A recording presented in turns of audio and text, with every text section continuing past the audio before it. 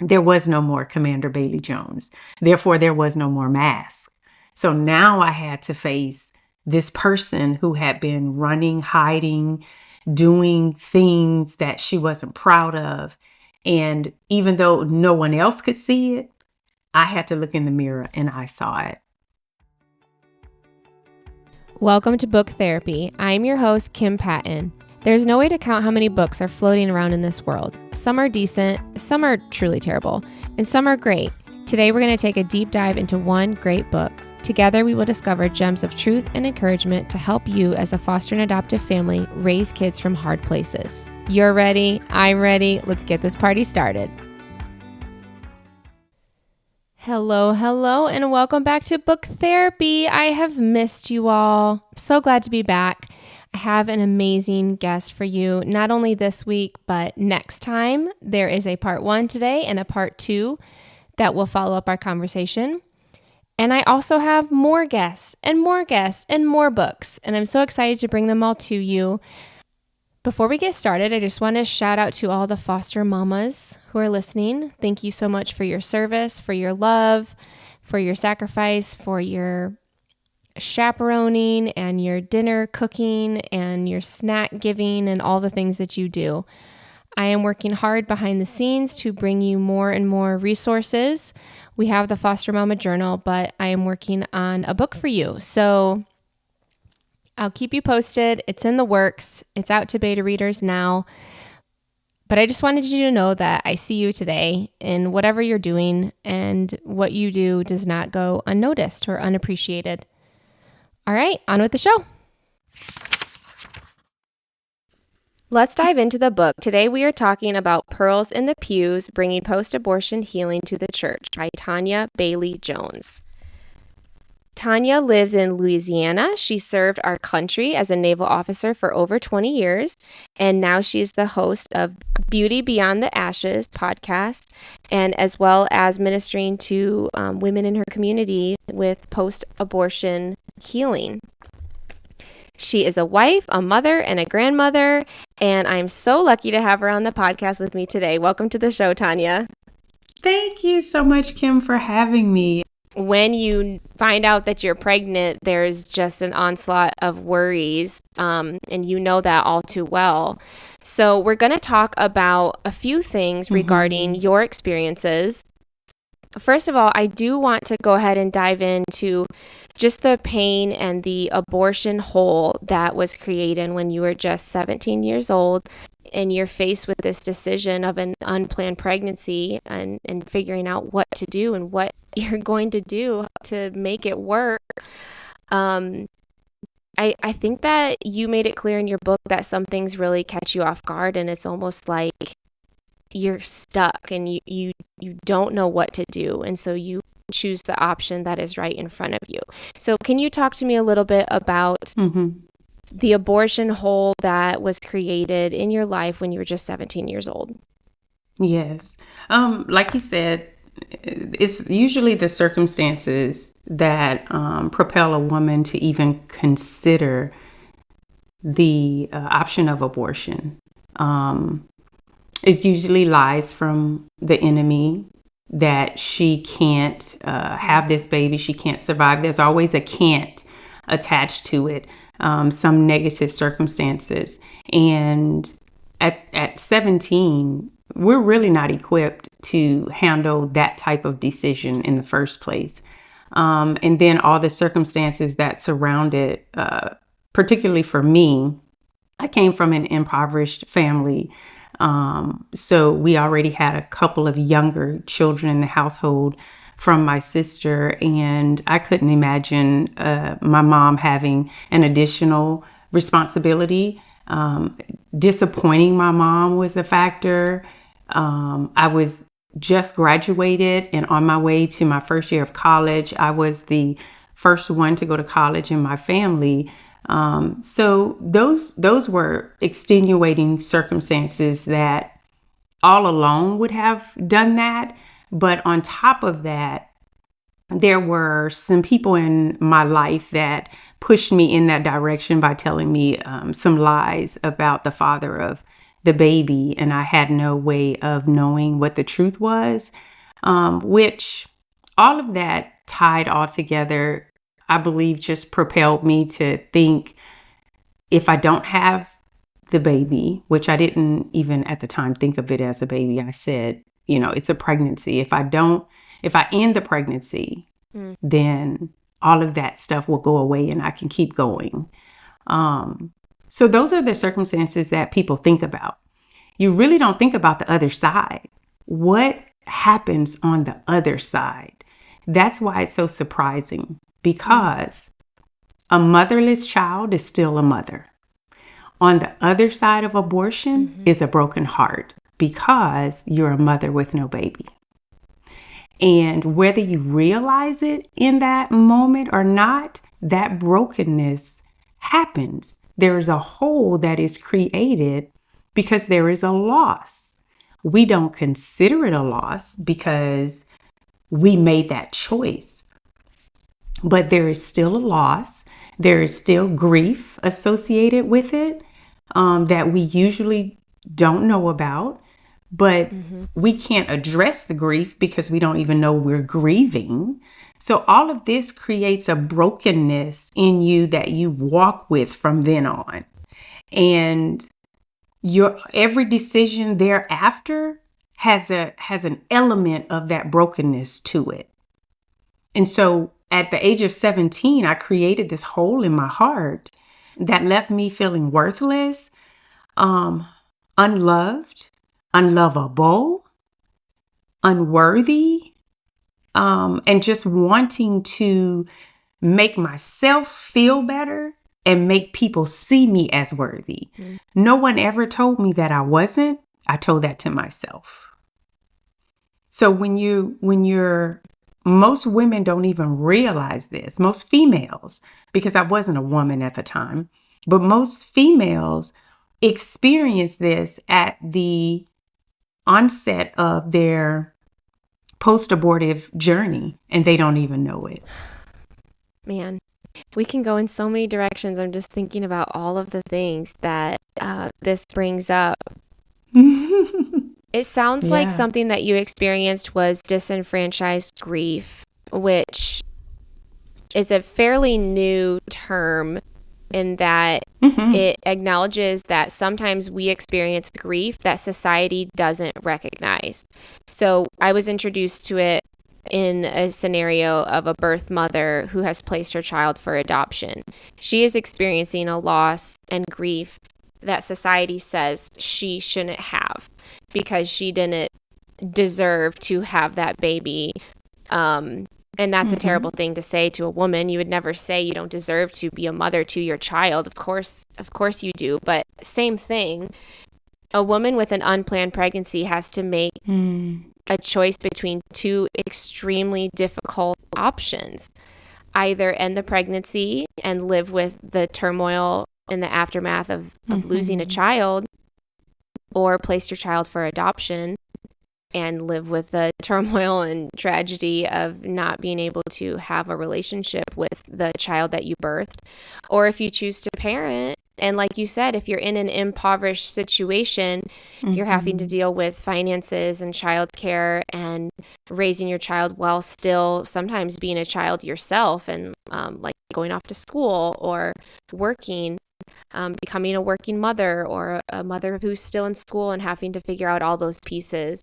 So one thing that we need to be more helpful in the church is coming alongside these women who are facing these choices, because no matter what they choose, there is grace, there is mercy, there is help, there are resources, and there should always be compassion and forgiveness. But it sounds like to me what you experienced is that it was disenfranchised grief, and that you weren't really able to address it, and you weren't told what it was. You couldn't even define it. And I believe as I read your book, you hid all of that pain, or at least stuffed it down because you didn't know what to do with it, because no one is able to walk you through it. And that brings us to my second point, which is the unmasking. And before we get to the unmasking, there has to be a masking.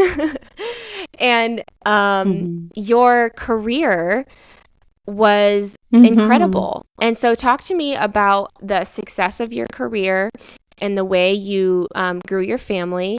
But then it led you to a point at the end of your career where you did have to experience an unmasking. But first, let's talk about how you dealt with your abortion wounded heart for 20 plus years. Mhm. After the abortion at 17, um, I really went on a downward spiral. I didn't feel worthy. Um, I went to school and tried to make up for the abortion by having another baby. So 6 months later, I tried to recreate my baby. Yeah, she was born in October 17th, 1989. And I graduated from high school in 88. So I was 7 days before my 19th birthday when I gave birth to her. But you have to understand that I was still living broken. That's one of the things with post-abortion stress syndrome is trying to recreate, trying to make up for the baby that you lost because your heart is still yearning, even though you don't know it. So after I got pregnant with her, I dropped out of college mid-semester and came back home. So I went on a downward spiral until the age of 24 when I decided to enter the military because of my high school counselor. He came and saw me at Walmart. I was working at Walmart, and he said, "You have so much potential. You have to do something different." And so I started thinking about going in the military, and it became a viable option. So I entered the military in 1995 and quickly was recognized for the very abilities and potential that my counselor told me about. So I became the recruit chief petty officer in boot camp. I was meritoriously promoted to the next rank out of boot camp. When I got to my first duty station, I was placed in the higher positions over other personnel. I was immediately picked up for a commissioning program. My first time applying, less than 6 years into the military. So I commissioned as an officer very quickly. And all of that was saying to me, see, you're valuable. You're valuable. But internally, it was a cover up because imposter syndrome was there. They have a name for it now. And I was saying, well, you better keep shining because if you're not shining, you're going to lose that love. You're going to lose that validation. You're going to lose that acknowledgement. So I pushed myself to be excellent in everything, all the way down to physical fitness exams. Like I had to be the best. I had to make A's on all of my exams in college. There was no such thing as a B. There wasn't even a 95A. It was like it had to be 100A or I wasn't good enough. So that went all the way through my 20-year career in the military. So I didn't know I was putting on this facade. I didn't know that I was creating a mask. I just was living that way, trying to hide what was going on inside. And of course, I'm during this time making decisions personally that were not reflective of what I knew to be right. So I got into relationships that I shouldn't have been in. And from one of those relationships, I became pregnant again about 10 years after my first pregnancy at the age of about 27, 28, and chose the option of abortion again. Just from brokenness, just not realizing and wanting the baby. I wanted to keep my pregnancy, but the father didn't. So I agreed and had the abortion. And then from there, I was split in two. I was like two different people. I was Lieutenant Bailey and half of me was Lieutenant Bailey and half of me was Tonya. And I could not reconcile those two people. So Tonya would go to church and long to be close to God, long to be forgiven, long to be better, long to stop doing the things that I was doing. Lieutenant Bailey would cover those things up and make me shine. And a few years later, I again believe I chose abortion. One of the other symptoms of post-abortion stress syndrome is lack of memory. So there is a great lack of memory in between my second abortion and my third abortion. I don't even remember my third abortion, but there are visions that I have, like these little flashes of things that lead me to believe that I had a third abortion. And so I accept that responsibility until God would tell me different. So at that time, I think I was about 15 years into the military. 5 more years, I retire and I come home. That was in 2015.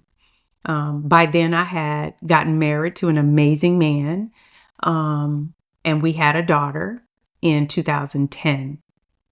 And at that time, she was 5 years old, so I tried homeschooling. And that didn't go well. So I saw myself as a failure. You failed at mothering. You failed at what you all had planned to do, because the plan was to homeschool her. So I began at Dallas Theological Seminary, trying my best to be closer to God. There was a tragedy in my family that happened, and it hit me so hard that I became, the anger that was simmering below the surface came out very easily, very quickly. And I became mad at the church. So I was working in the church as a administrative assistant, but I wouldn't attend church service. So I would work in the office at this point without going into the service, feeling so very distant from God, and angry. So at one point, I stopped being the administrative assistant and started on a real estate career. And 2020 came about. And of course, we know in 2020, the pandemic hit and we all were home with our thoughts. And those thoughts were not very nice to me. So I had to face who Tonya was. And Satan really came on me really hard and made me feel that I was nobody, that I was no longer able to have the accolades and the accomplishments of Commander Bailey Jones at this point. There was no more Commander Bailey Jones. Therefore, there was no more mask. So now I had to face this person who had been running, hiding, doing things that she wasn't proud of. And even though no one else could see it, I had to look in the mirror and I saw it. And so in 2020, I came face to face with death and suicidal thoughts that were really hard to fight off. And one of those times I broke and had to tell my husband, I'm hurting. I'm hurting and I don't know why. And that was when he said, he knew that something was different, but he didn't know how to help me. And he made me promise that I would start counseling. So I got back into counseling, and my counselor told me, if you're going to work with me, I don't do surface work. I go deep.